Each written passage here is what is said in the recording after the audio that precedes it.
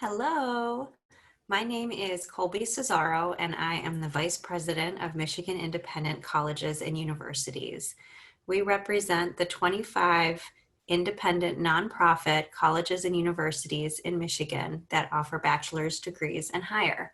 So I'm here to talk to you today a little bit about what independent education in Michigan has to offer, and also provide some of my own words of wisdom on choosing what you want to do and making the most of college. Now, all of you have worked so hard throughout this entire year. And not only are you already working hard because you chose to start taking college level classes as a high school student, but you have the additional challenge of doing this during a global pandemic where everything was automatically shifted online, and somehow you all still pulled it together and made it happen. And we are just all so proud of you and excited to see where you go next. And so hopefully that's to college somewhere in Michigan or somewhere else where there's a good fit for you.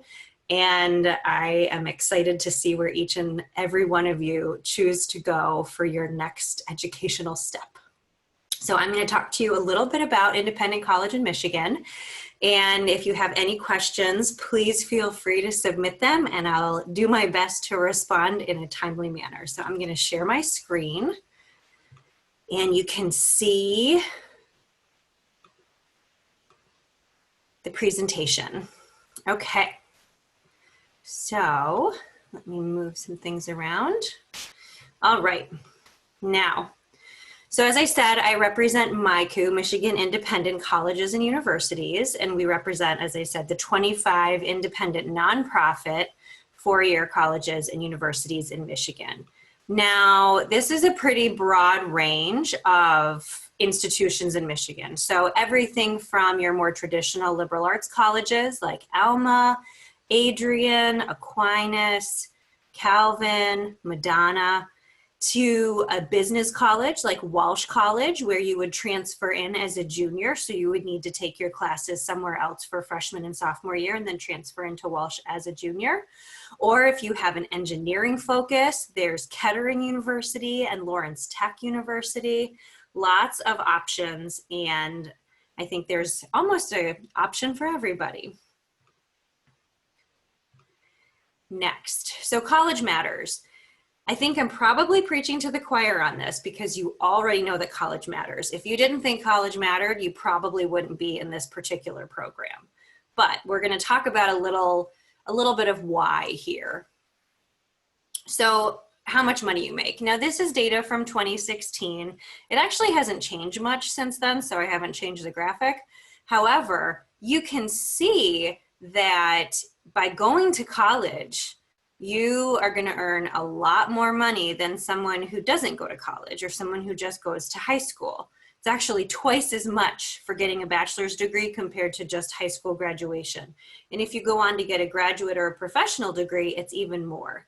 Now, money really isn't everything, but it does help. I think given the circumstances of the COVID-19 pandemic that we're experiencing right now, the unemployment rate for someone with a bachelor's degree is considerably lower than someone who doesn't have that level of education.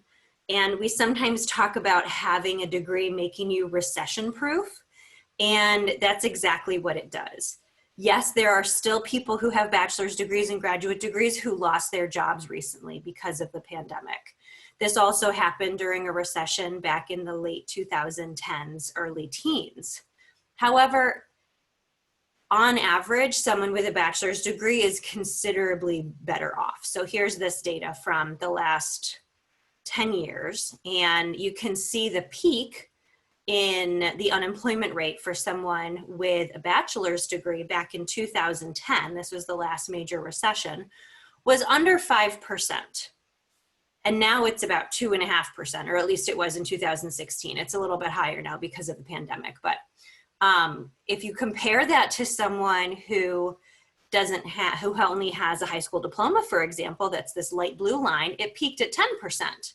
And now that is down at 5%, where it was again before the pandemic. So we like to talk about a bachelor's degree and that level of education or higher being a considerable amount of job security. And as our economy shifts and changes and we deal with things like global pandemics and major economic changes, the best way to make yourself successful for the long run is to make the early investment in time for that college level education or even higher.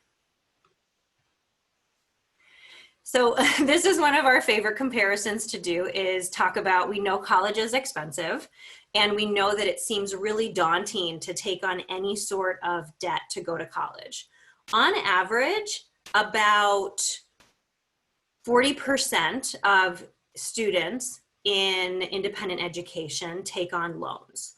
So it's not everybody. Not everybody's taking on a student loan. And the average student loan for someone getting a 4-year degree is about $32,000. So $32,000 is, or $30,000, pardon me. $32,000 is the average starting wage.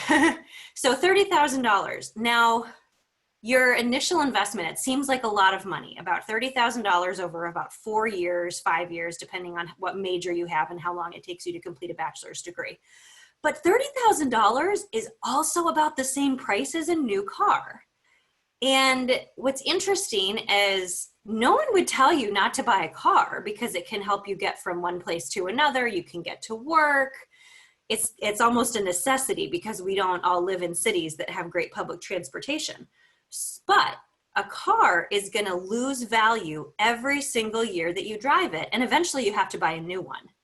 Well, if you're investing in a college degree, that goes up in value every single year, because every single year you learn more, you experience more on the job, you end up making more money, you will pay off your loans, and you'll be better off economically. So this blue line you can see in the graph shows the average value of your degree over time, and it accumulates versus your average value of your car. Now, this is sometimes considered a silly comparison because most people aren't deciding right after high school, should I buy a car or should I go to college? However, because it's the same price, but they function so differently, it is a helpful comparison. Because someone may say, oh, college is so expensive. I don't know about taking on $30,000 of debt. And again, remember, this isn't everybody. Many people get so many grants and scholarships that their debt is considerably lower or not at all. And the investment is 100% worth it. If you are taking student loans, it is 100% worth it. And it will be over the course of the long run. All right, so let's talk about taking advantage of time in college. College is really fun, and it's also really interesting because you have experts in every field at your fingertips. No other time in your life do you have the opportunity to spend time with a person whose entire life's work is devoted to one particular topic. If there's something that interests you in math or science or literature or the environment or healthcare, chances are there's someone at your college or university, or you can find a college or university that has someone interested in the same thing you are. You get to spend time with someone who is an expert in this field. Their entire life's work is focused on this one thing. And even when you work in a particular field, you don't have the same, you don't get the same experience of talking with someone who's a professor and a real academic expert in that particular area. So take advantage of it. And even if it's a subject where it's not what you want to study, but instead it's something that's just interesting to you, why not? Something I'm really interested in, and I always joke about this, so is I really like Renaissance music. So my undergrad degree is in vocal performance and elementary and special education. And in vocal performance, you learn to sing lots of different things. So I learned a lot about opera and a lot about musical theater, about pop music, but I also really love Renaissance music. And where I went to school, I went to NYU, New York University, And there were experts that studied that and that knew so much about it. And this is not a field I was going to go into. You don't make a career out of singing Renaissance music. That's not something that really exists anymore. But it was really fun to learn. I got to spend time with experts in that field that helped me learn something interesting that was completely unrelated to what I was actually going to do in my job. And that's okay. And that's what's so fun about college, is that you can have those experiences. If there's something in science or the environment that you're into, maybe you're not going to be an environmental scientist, but there's probably a professor at your college or university who is, and you can learn a ton about it. My husband actually went to business school at University of Michigan, and then subsequently went to medical school after working for a while. And he was really interested in Egyptian archaeology. So he took a bunch of classes in Egyptian archaeology, had absolutely nothing to do with his business degree, had absolutely nothing to do with any of his career choices, but he got to experience that, and it was really fun. So I think this goes to my next point, which is leave no credit wasted. So some colleges charge tuition based on the number of credits that you take. Community colleges are a lot like this, where you pay per credit hour. So you're only paying for the classes you take. At many four-year colleges and universities, you pay a flat tuition rate that pays for full-time attendance. And full-time is considered anywhere from 12 credits to 18 credits. Well, you could get by taking 12 to 15 credits a semester and graduate in 4 years. But you also have those extra credits that your tuition is paying for, that you can audit a class, and you could pass fail a class. You could take something just for fun where your grade doesn't matter, but you're really interested in it. So for example, let's say all of your classes in your major and your minor take up 14 credits. You've got 4 credits left over between 14 to 8 to get you to 18 that you can take for fun. You could take a 2-credit art class. You could take pottery. You could take a 2-credit literature class on sci-fi novel writing, or you could take a class in dance or in athletic training. That might be something that's interesting to you, but not your major. So make sure when you go to college that you're looking at everything available to you, because it may be too hard to take 18 credits of academics. That's a lot of classes. But if you're paying for 18 credits, you might as well take some classes and things that are interesting or fun. And then you get to spend time with these professors that are experts in this field, and you get to do something really interesting. So this is where I think about my husband's experience doing classes in Egyptian archaeology. They did not count toward his major. They did not count toward his minor. It was just something fun. I actually did the same thing in graduate school. I took ballet. Dance classes, I went to graduate school at Columbia University in New York. Dance classes in New York City are really, really expensive.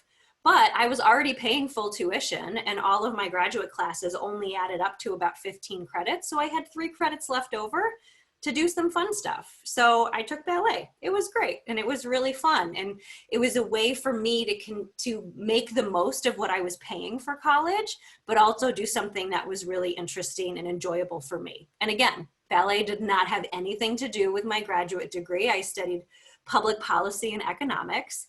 But again, it was a way for me to make the most of my time in grad school. And you can do the same thing in college. Next thing, branch outside of your major. So this college is a time to explore everything. And my background, as I mentioned earlier, I went to NYU originally for vocal performance. I wanted to do theater and music and dance. Then I learned after a while that I really had a passion for teaching and learning and education, and I didn't quite know where that fit. So I decided to add in education as a major. And what's exciting about college is you do have that ability. You can take a class or two and see if maybe changing your major is something you want to do, and that's okay. You do not have to decide on something and only choose that. You can change your mind, and that's fine. You can branch outside of your original choice and out of your original major. And you can even choose to do something later. You can go back to school and do a graduate degree in something completely unrelated. This is what I did. I started out doing theater and music, I added in education. I spent a couple of years teaching. I was a third grade teacher in Washington, D.C. public schools.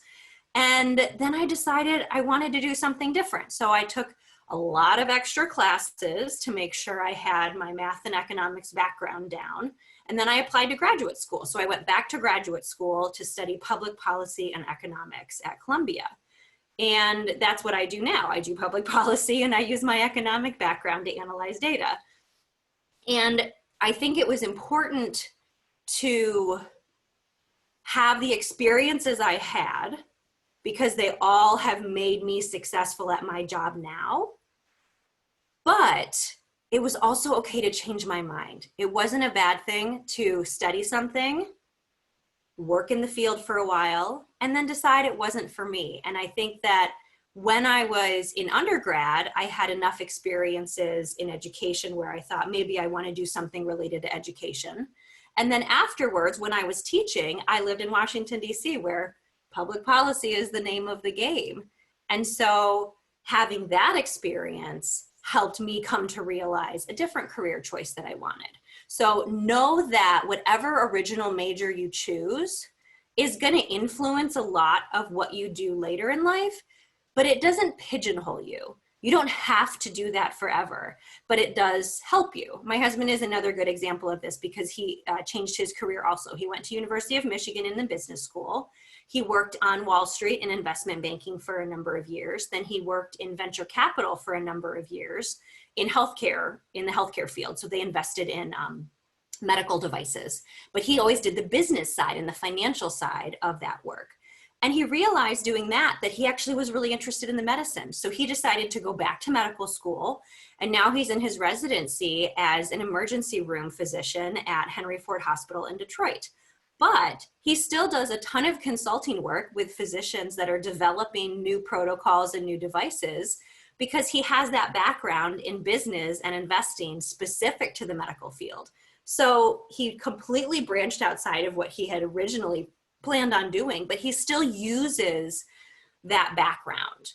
I always joke that my most valuable training is from undergrad in theater, because when you have to do public speaking, you have to get up in front of a group and engage with everybody and sometimes speak off the cuff. And that's something that you really learn well in theater training. It's not something that you learn with an education degree or an economics background or anything. It's a theater thing. And so I am not an actress by trade. That's not my job.